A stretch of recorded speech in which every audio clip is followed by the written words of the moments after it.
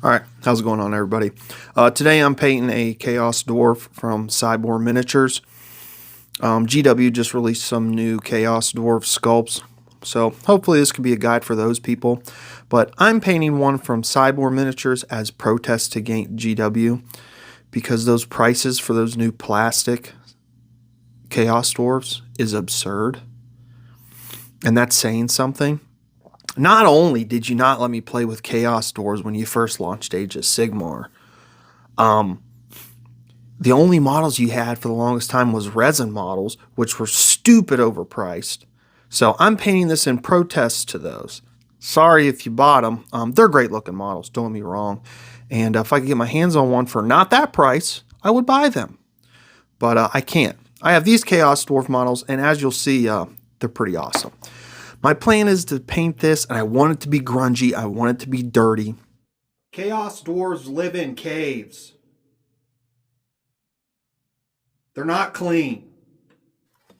Or at least mine aren't. Right? I think Chaos Dwarves lives in caves. I don't think they should be clean. So I'm going to attempt to do that. I'm going to attempt to do a stamped steel non-metallic metal on these guys. All right, stick around for the video. Hope to see you at the end. They also don't drink Dunkin' Donuts, but I'm going to. I guess me and Chaos Dawrves don't have as much in common as I thought. You guys got to get you one of these little heat guns, or I guess hair dryer would work too. But I got this for like 12 bucks. Works good for me. These are the colors I'm starting off with here. Like I said, I'm trying to work with a limited palette, so I got a green, a few jades, yellow, skin tone, a really light blue, a black, a red, and a brown. So here I'm using that jade mixed in with some of the black just to start that non-metallic metal, just to get a good dark base coat, trying to hit all the metal parts, the whole hand armor and everything. Then I'm going to go in with just some of the pure jade, and I'm just going to slowly work in from the jade to a little bit of the light jade. And then from there, I'll just slowly work in that really light Ogwar blue, and then start working in some whites also. The one good thing about doing non-metallic metal, as much as I have been, is it gets a lot easier. When I first tried this, it just seemed like it took so long. And you'll see at the end of the metal when I do the, or at the end of the video, when I do the non-metallic metal for the bronze, I do it all in one shot so you can see. I mean, it's a small area, but you can see how easy it is once you kind of understand it. And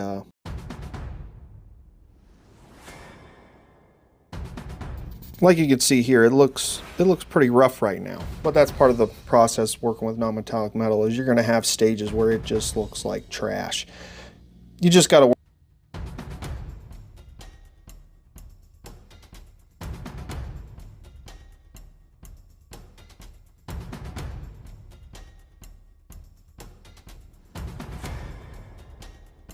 Now you can see I'm slowly incorporating lighter and lighter blues, trying to also mix in some grays in there too. Just making grays by mixing paint around with the black, the blues, and that really light blue. Slowly starting to get a steel effect going here.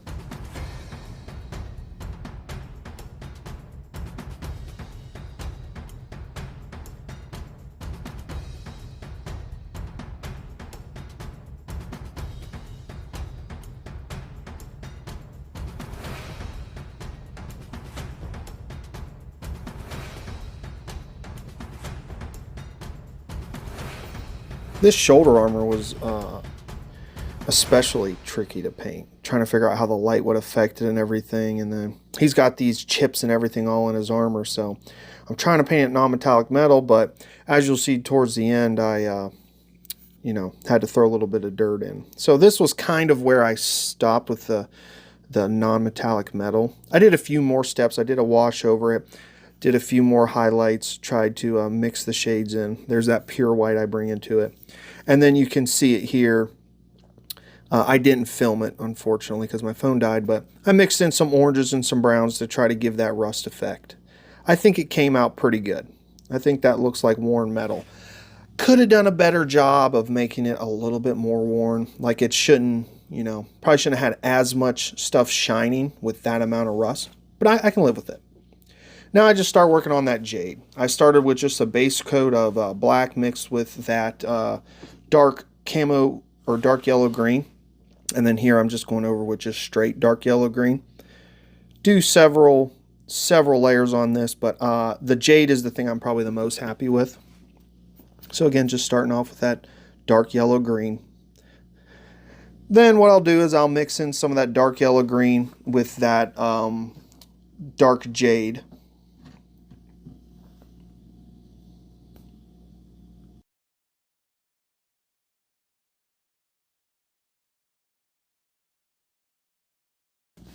And I just start putting straight jade on it. Then I'll mix in some jade with dark jade. And I think you can kind of figure out what I'm getting at here. Just trying to get less and less area each time. That's what helps sell that kind of non-metallic metal effect. So again, here's some of just the dark jade mixed with a little bit of the jade. And then I'll go straight jade, then jade mixed with yellow, then a little bit of straight yellow at the end.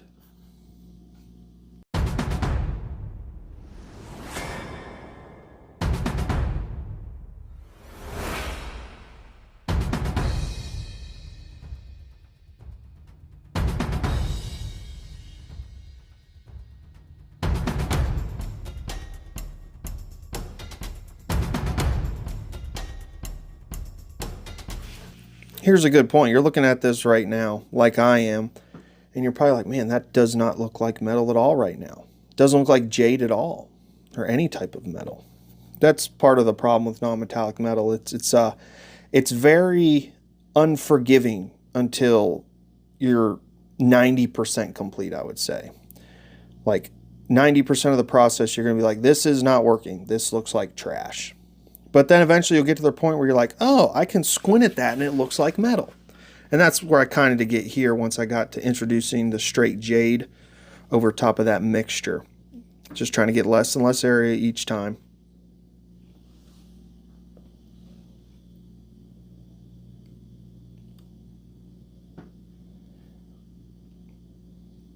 Then I'm going in with some jade and with a little bit of that demonic yellow mixed in. What an interesting name.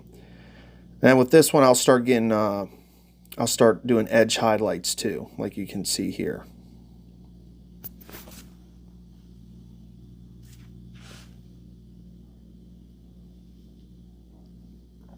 That's what it looks like after that.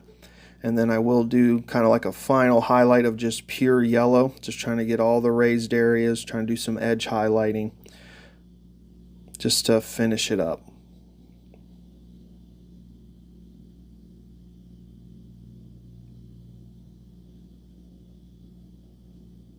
And that is the final product. Now I'm going to go over it with a wash of the jade. Thin down a lot. I thinned that jade down probably 2 big drops of glazing medium to 1 medium drop of jade. And I just went over the whole thing. And that's going to bring all those colors together, the dark yellow green all the way up to the yellow. And I think that really sold that jade. Help with the blade too. The blade didn't turn out as good as the shield, but I had a lot less to work with. Well, yeah, that is the end of the shield. Took up the most time. That's where we're at. I didn't feel myself painting the skin. I had to get in there a little bit just to work it. I didn't do anything revolutionary. I am happy with how the face turned out, though. The face turned out good on this guy. But these models are very easy to paint. That's one of the reasons I chose to paint this one, is just because these Scibor Miniatures, very forgiving to the painter. And here I'm just working on the beard. I started with a mix of that warm brown mixed with black. Now I'm just going over it with straight warm brown. Then I'm going to start mixing in some reds. You can see the color I got there. Not hitting everything that I hit with a warm brown, but hitting a lot still. Trying to give him like a reddish beard. Not completely red, but, you know, kind of in between brown and red, I should say.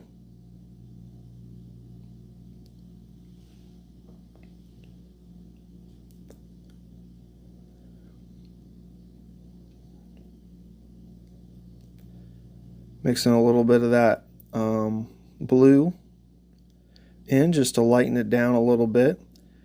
Hitting just some of the very small areas. Just trying to bring in a little bit more light into the beard.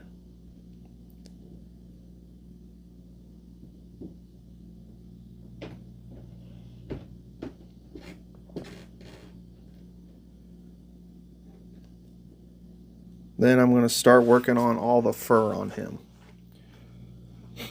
This fur was interesting because it's sculpted.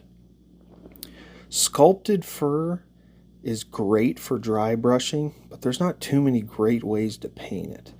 I almost prefer like a non-sculpted fur. I'll show that here in a second. Just because this is so tedious. But I'm starting off with like a same thing, a warm brown and a black mix. Same thing I did with the beard.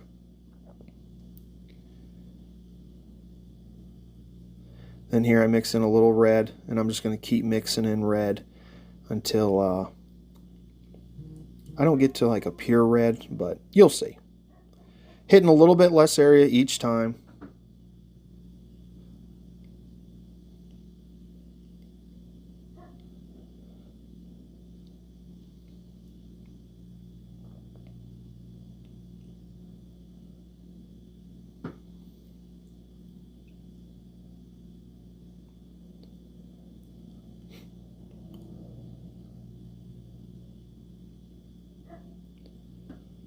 There you can see I got a little bit more red mixed in. You start seeing that red come through.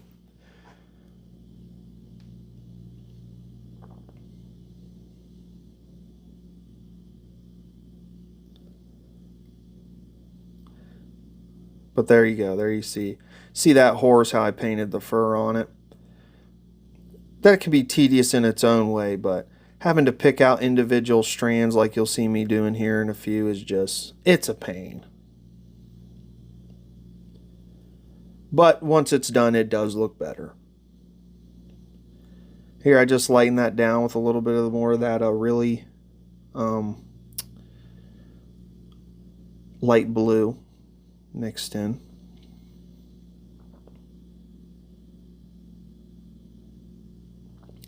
That fur next to the shoulder plate was it was hard to pick out.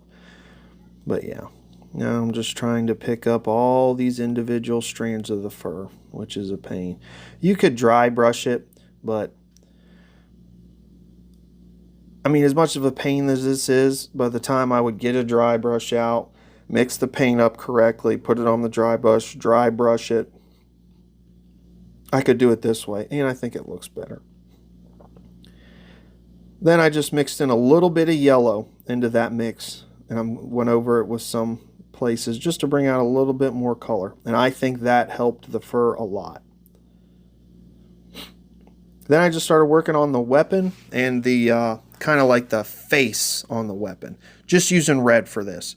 Started with red mixed in with a little bit of that jade, mixing with black till I kind of got to like a dark purple shade. Now you see me going over it with just red mixed in with black.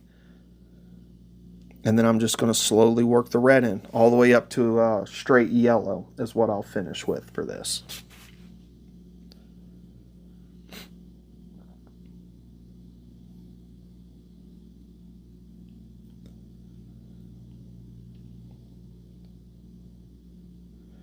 And I just realized I forgot to paint the teeth on this thing, so technically it's not done. But, oh well, here we are. But yeah, just working that red in. Trying to pick out that demon face or whatever that thing's supposed to be on the axe.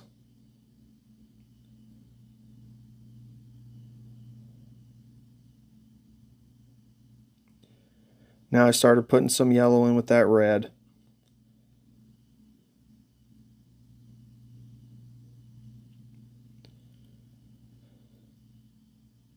Now I'm working on the dragon skin cape. That's what I'm assuming this thing is supposed to be. That's what I'm painting it as. But yeah, I'm just starting with dark yellow, green, and with this one I'm just mixing in yellows as I go. Trying to pick out the scales. There's not too many scales, but you do see some. They're very fine details. You can kind of see me working them in here. Just trying to get that lizard skin effect, you know.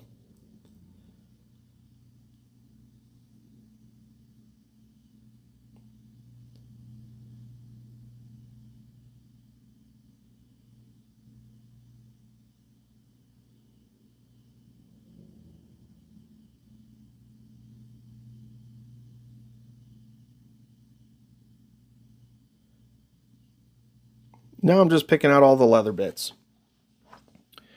So I mixed in some of that brown with some of that camo yellow, and then just some yellow. Trying to get a real dirty leather. Getting his, you know, all the little strings that hold on, those bits of metal, his boots. This guy has the tiniest legs in the world, by the way. He's got a normal human upper half and then like no legs, which is fine with me. But here I am just mixing a little bit more yellow, highlighting that up. And then I did lie a little bit. The only other paint I'm using that I didn't show is I am going to use some sepia ink just to really kind of sell the leather effect on these. And it did help out. This sepia ink is just magic from AK Interactive. I love the stuff. Just trying to get all the little stitches on the cape and everything. And then this is where I'll show the paint in the non-metallic metal. I just started with the base of that warm brown, and I'm just going to work my way up here. You can see as I do it. Well, not there because it was out of frame. But working in some yellows. Slowly going to work my way up to a pure white. But this will just demonstrate how easy non-metallic metal can be. And it isn't perfect by any means, but, you know, from fairly close, it reads as metal, so I'm happy with it. Here I am just mixing in a little bit more yellow, almost pure white, trying to get all these areas.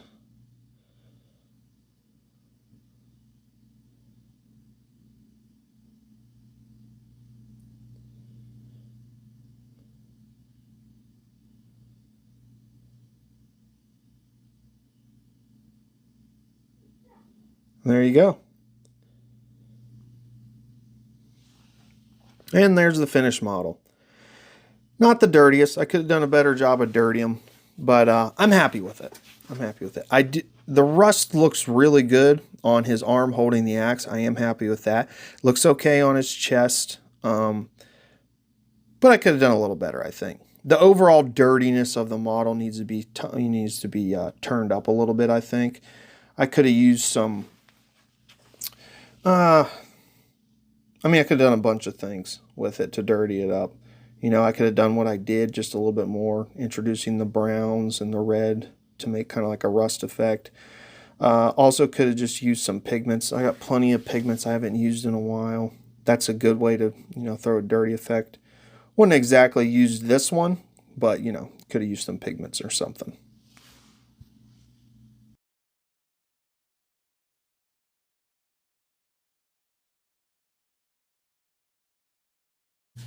Alright guys, that's the end of the video. I did an okay job. I don't think I made him look as dirty as I could have.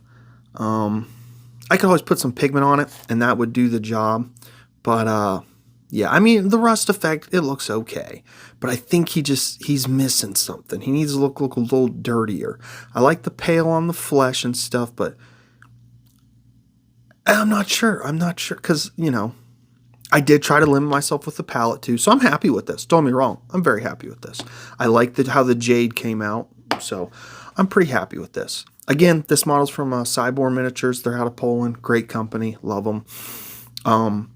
Super cool Chaos Dawrves.